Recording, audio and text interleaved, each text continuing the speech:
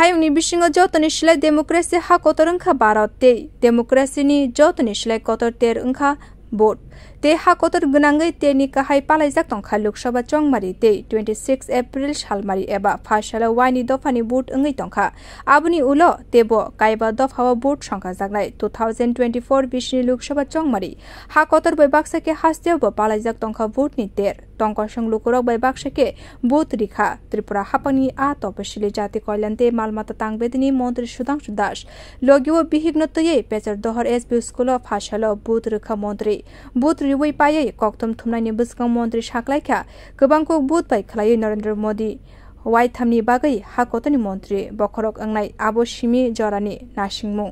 सालका त्रिपुरा लोकसभा केन्द्र 80% नि शाखा भोट क्लाइनाय हने वानसुकमुं मन्त्री सुधांशु दासनि সব লোকসভা নির্বাচন এই নির্বাচনে ঠিক হবে আগামী দিন দেশ কার মাধ্যমে পরিচালিত হবে আমাদের বিশ্বাস আমরা গণতান্ত্রিক অধিকার প্রয়োগ করেছি দেশের মানুষ সবাই প্রয়োগ করছেন আজকে পূর্ব ত্রিপুরা লোকসভা আসনে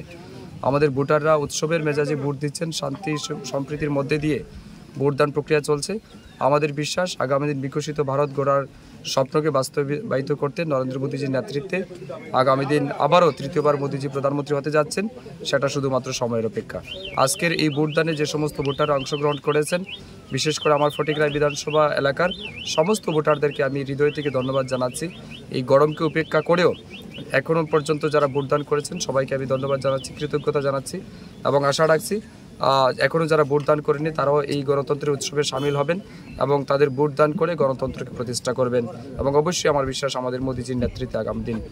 ভারতীয় জনতা পার্টি সরকার প্রতিষ্ঠিত হতে যাচ্ছে এখন পর্যন্ত তো বলা যাচ্ছে না তবে এখন পর্যন্ত আমাদের ভোটের পার্সেন্টেজ যেটা রয়েছে এটা অত্যন্ত সন্তোষজনক এবং আমি মনে করছি এটা আমাদের হয়তো 80% এর উপরে যাবে আমাদের পূর্ব ত্রিপুরা লোকসভা আসনে সকাল 9টা অবধি যেটা 7টা থেকে 9টা অবধি যেটা দেখা গেল যে